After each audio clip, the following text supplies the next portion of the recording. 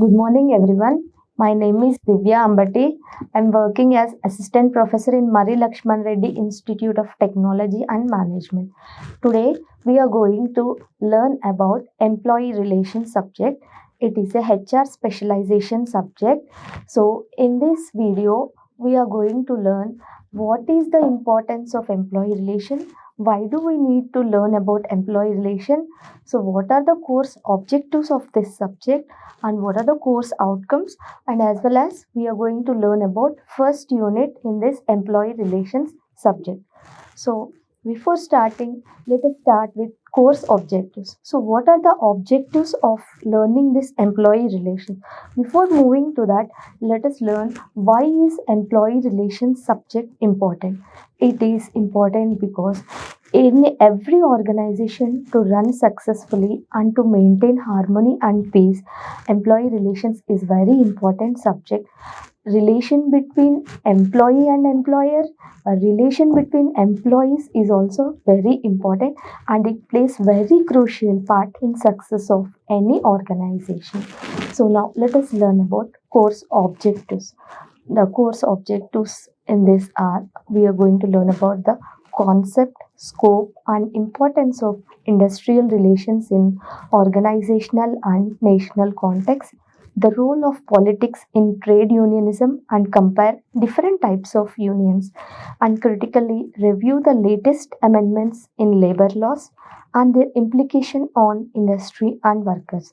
Next, the grievance procedures and the importance of standing orders for industrial peace. The fifth point, we are going to learn about legal provisions adapt to technological advancement in industrial sectors. So after learning this course, what are we going to learn is course outcome. In the course outcomes, we are going to understand fundamental concepts of industrial relations, characteristic structure of trade unions, and unfair labor practices. Next, we are going to learn about state machinery role in dispute settlement, legal frameworks, causes of disputes, right of strike, and grievance procedures. And we are also going to learn and have knowledge of collective bargaining, conciliation, arbitration, adjudication, and provisions under Industrial Disputes Act.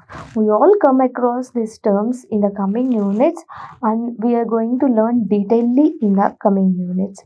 Next, we are going to analyze about wage policies, regulation mechanisms, legislation impact on industrial relations, and worker welfare. We are also going to evaluate labor welfare initiatives and worker participation in industrial relations. Coming to the first unit is all about introduction to employee relations. In this introduction, we are going to cover an important topic, that is Dunlop's industrial relation system. We are also going to learn about characteristics of Indian IR system, trade unions, what is the purpose of the trade unions, what are their functions, methods, politics, the types of unions, and trade unions in India, union structure and characteristics, and recognition of unions, state provisions for recognitions, rights of recognized units, unfair labor practices. These are all the topics we are going to cover in the first unit. So coming to industrial relations. So what does industrial relation mean? It referred to relationship between employers, employee, and the government. Here we are going to learn about three crucial things. It is nothing but the relation between employer, employee, and the government. Next, it focuses on maintaining peaceful and productive work environment. So if even employee relations are not maintained properly, then the work also, the production will also be affected, and the peaceful environment is also affected. Next, maintaining proper employee relations and industrial relations helps in reducing conflicts and improving cooperation at workplaces. Next, it also helps in ensuring fair wages, safe working conditions, and worker welfare things. Next, types of industrial relations. Industrial relations are mainly classified into three types. individual industrial relations, collective industrial relations, and direct to industrial relations. So let us learn about individual industrial relations. This focuses on relation between employer and employee. It all deals with hiring, job responsibilities, compensation, and grievance redressal at individual level. Next, coming to the second one, that is collective industrial relation. So this relationship between employer organization and trade unions or group of employees. It includes collective bargaining, where the trade union negotiates on behalf of employees with the organization regarding wages, working conditions, and other employment terms. Next, coming to the third point, which is direct to industrial relations. So here the relations are governed by rules and regulations set by the government, such as labor laws, labor policies. All these things comes under direct to industrial relation. Here the government plays a significant role in ensuring the industrial disputes are resolved fairly and that workers' rights are protected. So types are classified into individual, collective, and direct to industrial relations. Next, let us learn about objectives of industrial relation. So what are the different objectives of this industrial relation? So first main objective is to establish industrial peace. Next, second objective is to safeguard the interests of workers and management. Next, third one, to avoid industrial disputes. Next one, to raise the production capacity. Next objective is to establish industrial democracy. Next, to minimize the labor turnover rate and absenteeism. If industrial relations are not maintained properly, labor turnover ratio will be increased and absenteeism is increased, and obviously production will be decreased. Next, to safeguard the workers' economic and social welfare conditions, these industrial relations is very important. Next, to contribute to economic development of the country through productivity, to establish full employment situation, to minimize strikes, lockouts by providing good working conditions and fair wage to workers are the main objectives of industrial relation. Next, the nature of industrial relation. Industrial relations are concerned with relationship between management and workers. This industrial relation main motive is to safeguard the interests of employees. These are concerned with systems, rules, procedures used by unions and employees to determine the reward for effort and other conditions of employment. Industrial relations maintains a balance between employee expectation, employer association, trade unions, and other social and economic institutions of society. It helps in resolving disputes, conflicts, and controversies between labor and management. Next, the scope. What aspect, to what extent this industrial relation will be useful? So, the scope of industrial relation explains about the management of policies and programs of industrial relation, public relations, labor relations. It also helps to understand about recruitment, selection, and placement of laborers, to provide medical and health related services, to maintain employment records of the employees, provision of recruitment test, ability test, skill test, intelligence test, provision of training and education program. Next, we are going to learn about very important concept, that is Dunlop's industrial system.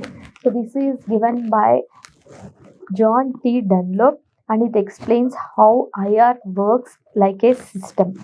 So here the three main actors in this Dunlop system is employers, employees, and the government.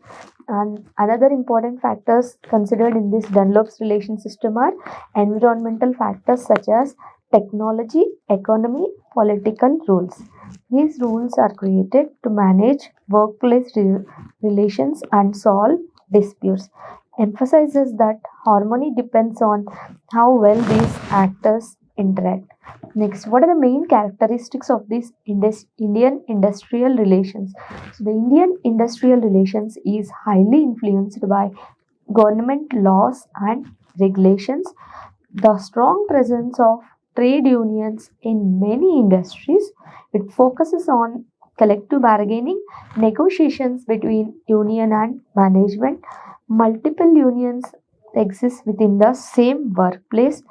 They are traditionally conflict prone, but modern companies focuses on cooperation and productivity.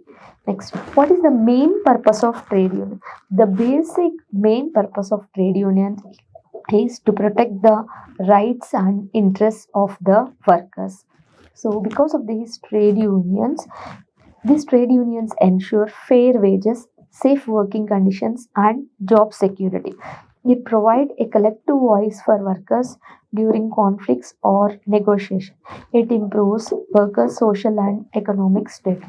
If any employee faces any conditions regarding wages or any safety related issues arise, this trade unions helps in resolving them. Next, the definition of trade union. It is an organized group of workers formed to promote, protect, and improve the working and living conditions of the employees. The trade union acts as a bridge between employees and management. So, the basic functions of trade unions, it helps to have protective functions like job security, safety, prevention of unfair practices in the organization. It look after the welfare functions like healthcare, education, housing facility for the workers, negotiating functions, collective bargaining for wages, benefits, and working hours, political functions, connecting with political parties and influencing labor laws, helps in social functions like promoting unity, leadership, and training among workers. Next, what are the different methods used by trade unions? So, the methods used by trade unions are, the first method is they use collective bargaining method to negotiate with management. They, if that hasn't worked, they go for strikes or protests when the negotiations fail. Next, grievance handling and resolving workers' complaint will also be taken by the trade unions. Next, joint consultation with the employers. Next, trade union helps in lobbying with the government for favorable labor policies. Next, politics and trade union. Many unions are linked with political parties. Political influence helps union gain power but may also create rivalry. Politics can affect decisions on strikes, negotiations, and leaderships. So, in India, we have basically three types of trade unions: craft unions, general unions, staff union.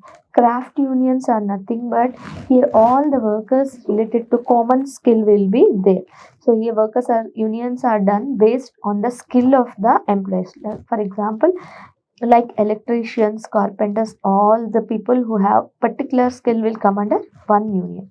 Next, industrial unions, workers from same industry like textile industry, uh, like that people in the same industry will come under industrial unions.